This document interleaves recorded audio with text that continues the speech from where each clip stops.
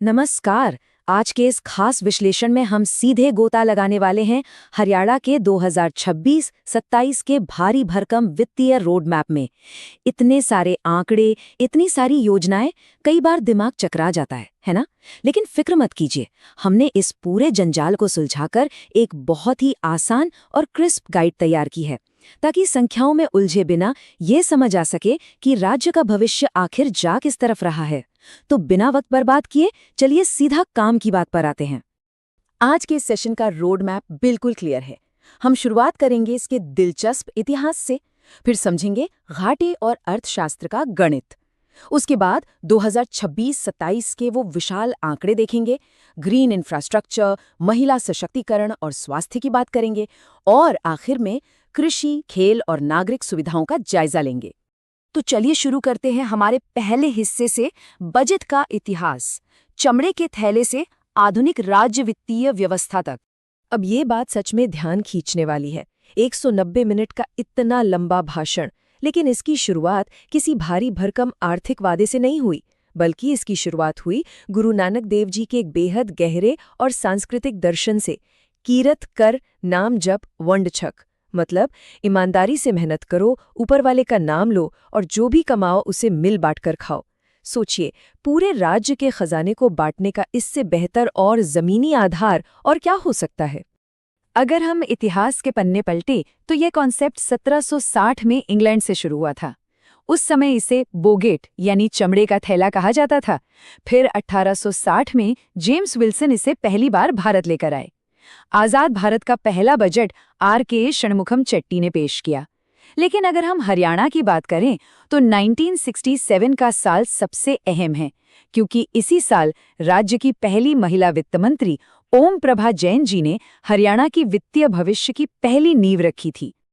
आगे बढ़ते हैं भाग 2 की तरफ, घाटा और राजकोषीय अर्थशास्त्र, गणित को समझना, क्योंकि सरकार पैसा खर्च कैसे कर रही है ये समझे बिना आगे की कहानी अधूरी है।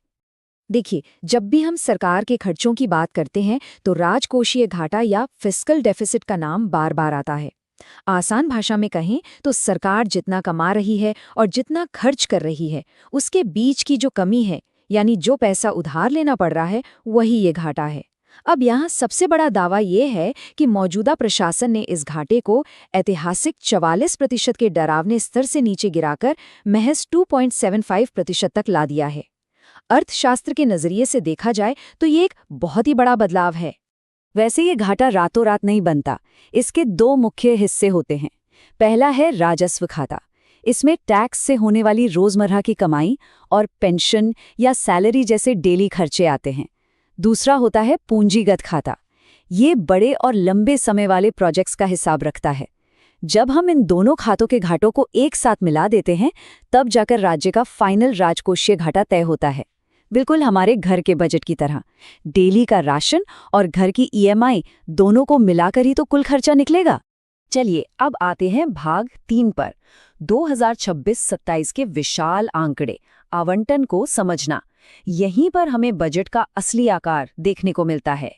तो इस बार का कुल आंकड़ा क्या है? 2,23,658.17 करोड़ रुपए। ये कोई छोटा मोटा नंबर नहीं है। लेकिन यहाँ जिस चीज ने सबसे ज्यादा ध्यान खींचा है वो ये नंबर नहीं, बल्कि वो 98% उपयोग का ऐतिहासिक टारगेट है। इसका सीधा सा मतलब यह है कि सरकार की कोशिश है कि तिजोरी का लगभग एक एक पैसा जमीन पर खर्च हो जाए। ऐसा एग्रेसिव टारगेट सच में काफी दुर्लभ है। अब ये सारा पैसा जा कहाँ रहा है? अगर हम इस बंटवारे को देखें तो प्राथमिकताएं बिल्कुल साफ हो जाती हैं। शिक्षा और खेल सबसे बड़ा हिस्सा ले रहे हैं, करीब 23,603 करोड़ रुपए। इसके बाद सामाजिक न्याय और स्वास्थ्य का नंबर आता है। लेकिन जरा पर्यावरण वाले हिस्से पर गौर कीजिए, सिर्फ 741 करोड़ रुपए। ये सबसे छोटा टुकड़ा है।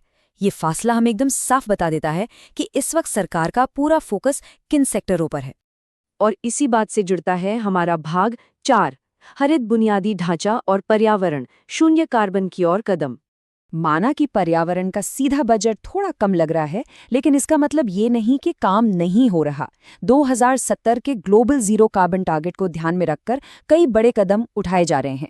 जैसे करनाल में एक नया ग्रीनफील्ड एयरपोर्ट और एक डियर पार्क बन रहा है।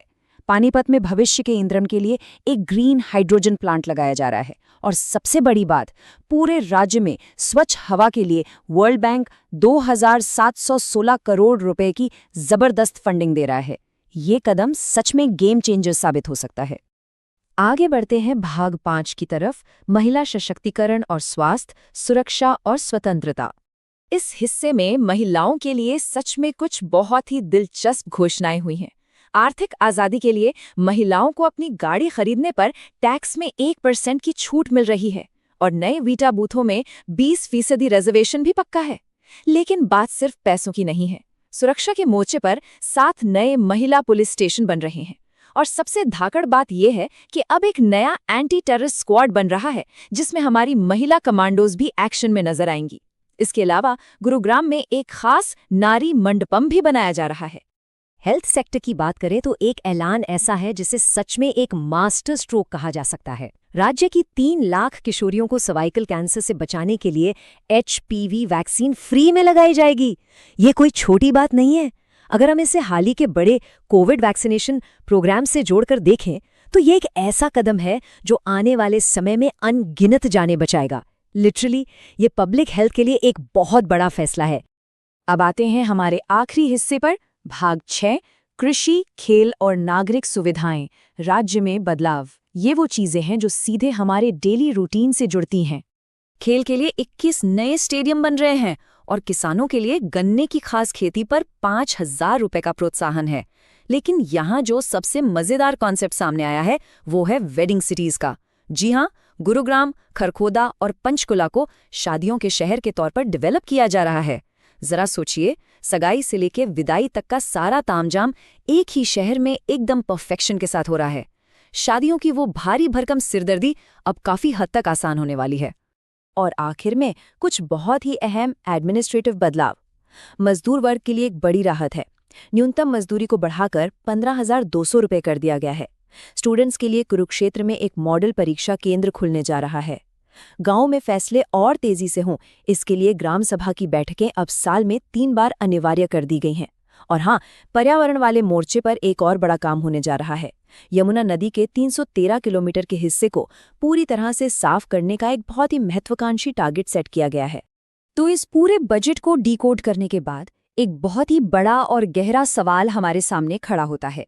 वो 98% फंड इस्तेमाल करने का जो अग्रेसिव टारगेट है, क्या ये भारी भरकम निवेश सच में 2050 और 2070 की उन ग्लोबल डेडलाइन से पहले राज्य का पूरा ढांचा बदल पाएंगे?